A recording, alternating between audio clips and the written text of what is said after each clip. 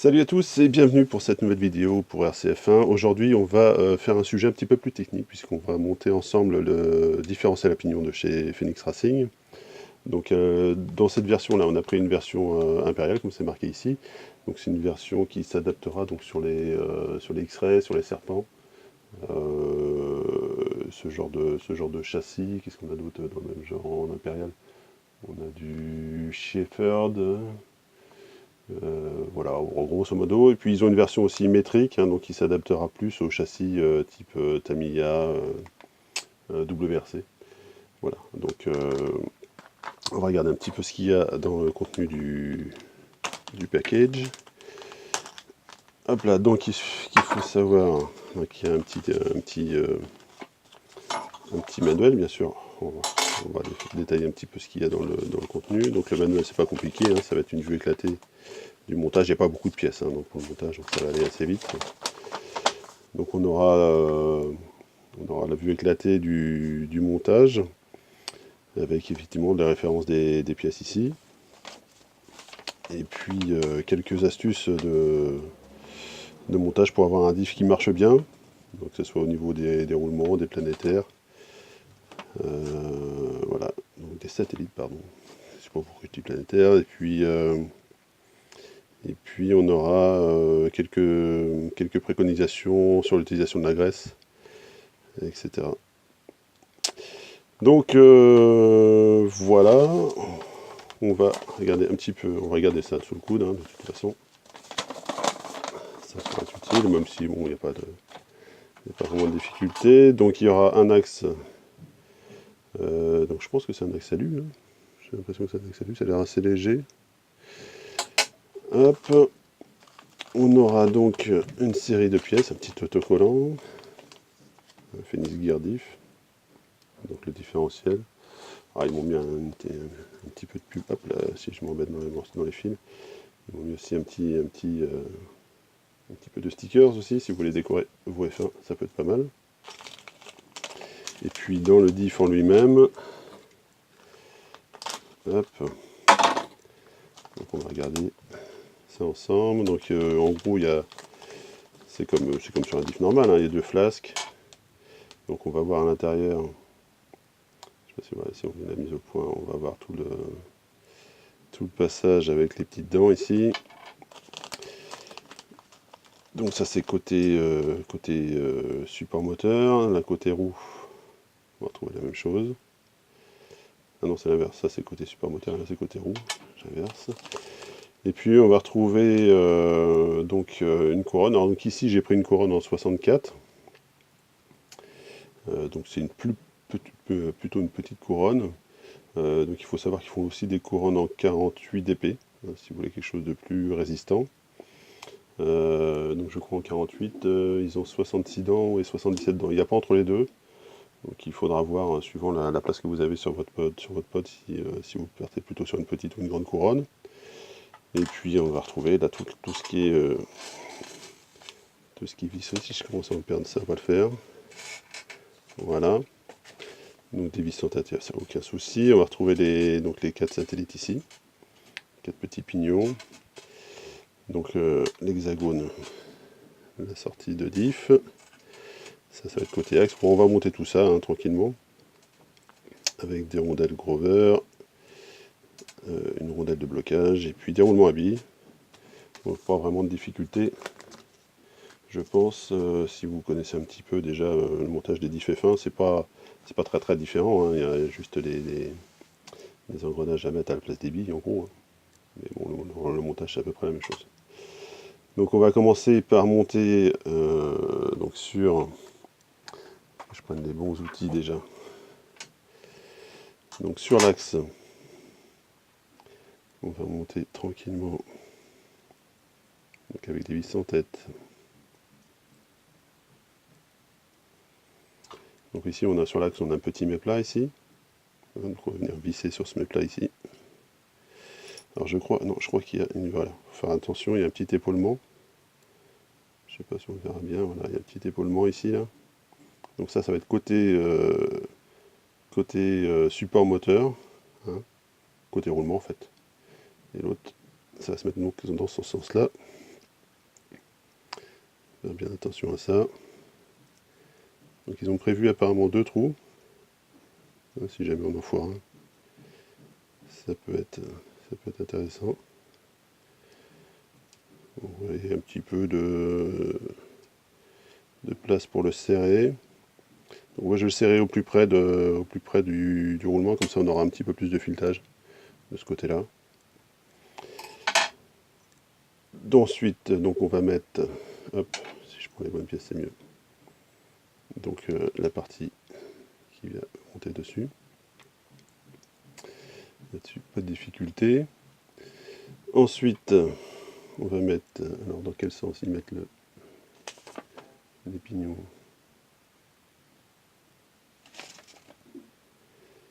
Non. Je regarde en même temps la notice. Donc les pignons par-dessus, a priori.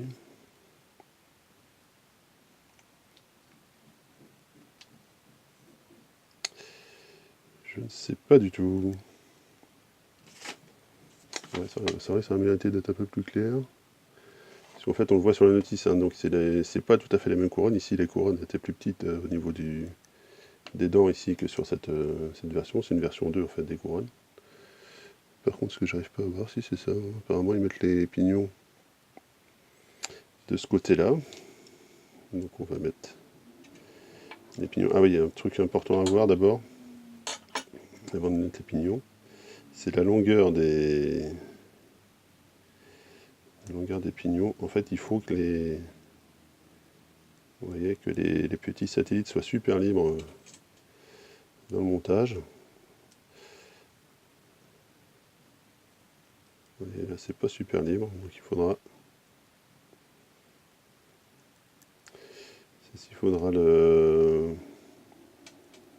passer un petit coup de lime dessus sur l'axe. En fait, il faut réduire la longueur de l'axe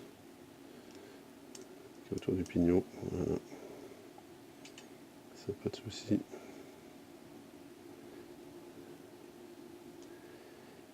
Et là,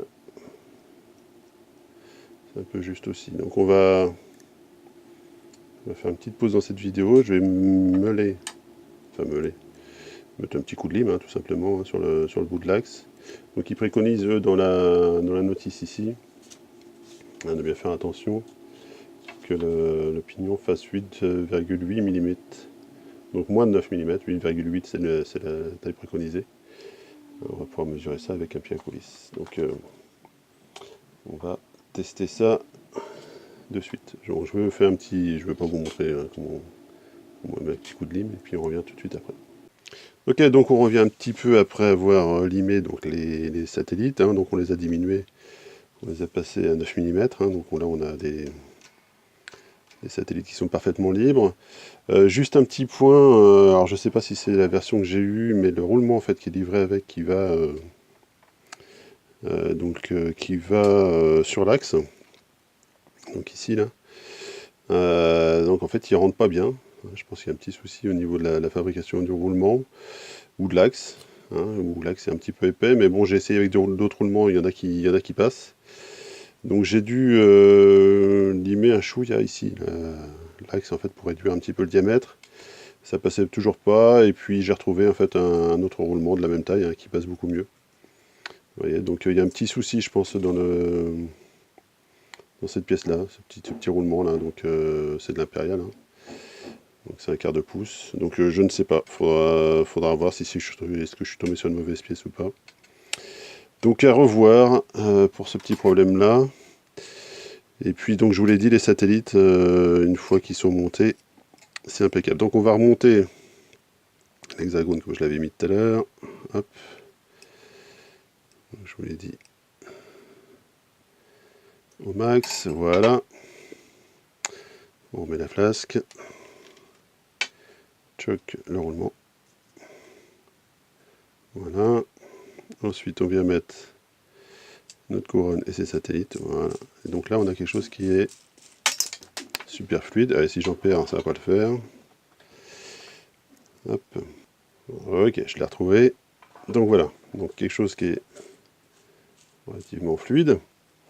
Donc il préconise dans la doc de mettre de la graisse donc entre ici entre 50 et 100 000, hein, donc avec une bonne stabilité thermale. Sur certains circuits très techniques, ils pourront même monter un petit peu plus haut, hein, jusqu'à quasiment 1 million, hein, pour gagner en sortie de virage par exemple, en réaccélération, en motricité. Voilà.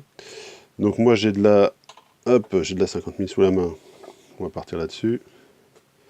Donc hop, 50 000. Et puis on va pas en mettre trop, parce que le diff, hein, il n'est pas fermé. Donc il y en a forcément nécessairement un petit peu qui vont partir au montage. Hop, on va essayer d'en mettre pas au foot partout. Pas être facile à agresser ça.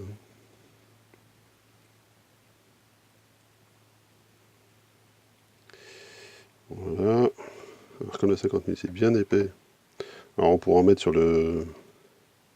Ce serait peut-être mieux d'ailleurs, peut-être de mettre sur la couronne plutôt que sur les pignons.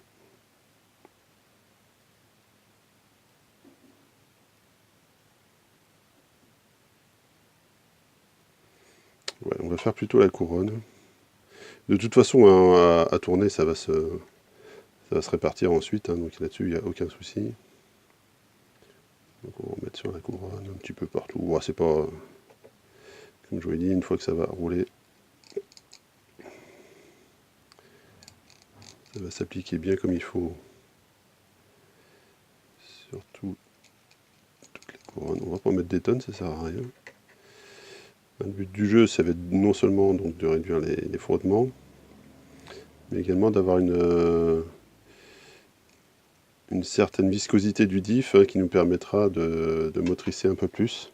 C'est-à-dire d'avoir les deux roues en fait, qui vont tourner droite et gauche, qui vont tourner en même temps. Yep. Ok. Donc je reprends le passage. Donc on a monté.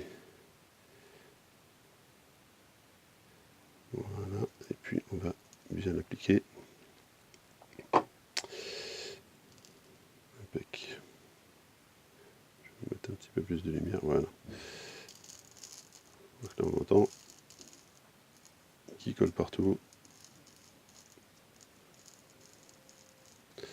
Donc on sent un petit peu comme avec les diffabis, hein, finalement, quand on serre le tout, hein, c'est un peu le même principe. Ok, donc ensuite, on va voir mettre la pièce de serrage, c'est cette pièce en aluminium ici, hein, qui va pouvoir accueillir l'hexagone de roue. Et puis à l'intérieur, donc on va monter donc les deux le roulement. Alors je sais plus lequel il faut. Ah non, il y en a un autre d'abord, pardon. Il y en a un autre à l'intérieur. Si je fais pas les choses dans l'ordre, ça va pas aller. Donc ça va être celui-là, voilà. Un roulement à l'intérieur, hop. Voilà, impec. On va mettre un autre roulement ici. On appuiera. Hop. Et puis une petite astuce, hein, pour mettre donc on va avoir les deux rondelles, hein, Belleville et la rondelle pour le serrage. Donc les rondelles, donc il faut les mettre, on va les mettre comme ça en fait, hein, donc pour créer un gap entre les deux. Donc elles sont légèrement en cuvette, donc on va mettre les deux cuvettes face à face. Voilà. Et puis derrière on mettra donc le petit support, la petite rondelle pour plaquer. Et puis on met tout ça sur un tournevis. On pose le tournevis sur l'axe. Et voilà. Donc ça, on gagne du temps comme ça. Impeccable. On va pousser tout ça. Voilà. Bien au fond. Et puis on va serrer. Alors pour le serrage, il y a un petit coup de main à prendre a priori. Donc on va venir serrer. Donc l'idée en fait c'est pas le serrage, hein, qui fait la dureté du diff ou pas. En fait, le serrage, il vient juste pour empêcher cette pièce de prendre du jeu. D'accord? Donc on va le serrer. Il ne faut absolument pas que ça serre. Encore un petit peu.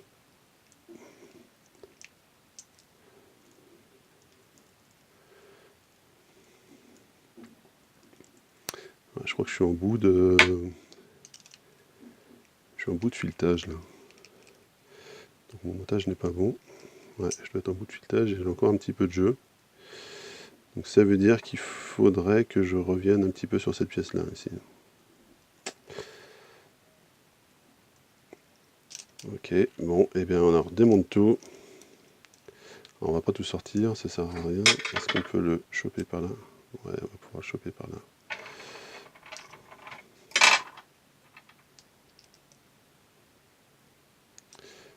Voilà.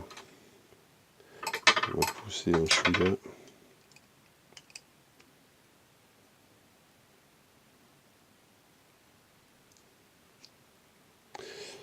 Ok.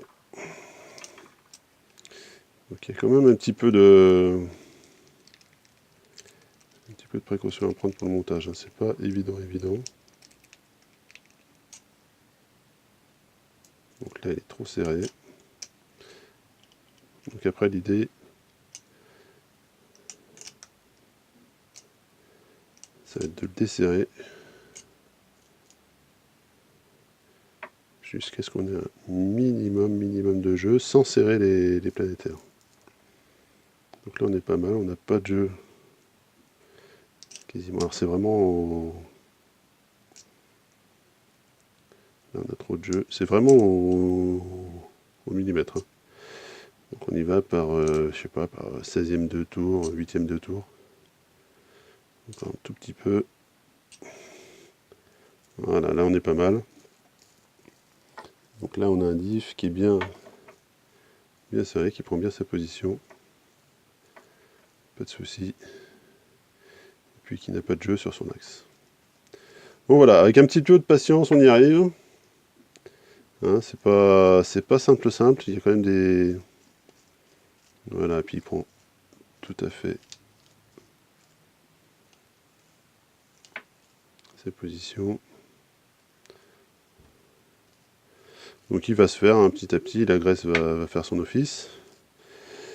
Et puis on va monter en fait la dernière partie. Bon, la dernière partie c'est comme sur les diffs classiques.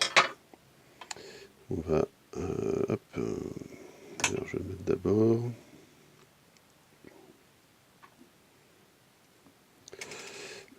Hop.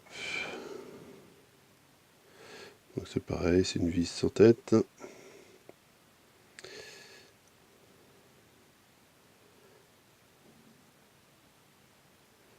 Une vis sans texte, voilà. Hop, qui va serrer l'axe. Donc là-dessus, pas de difficulté.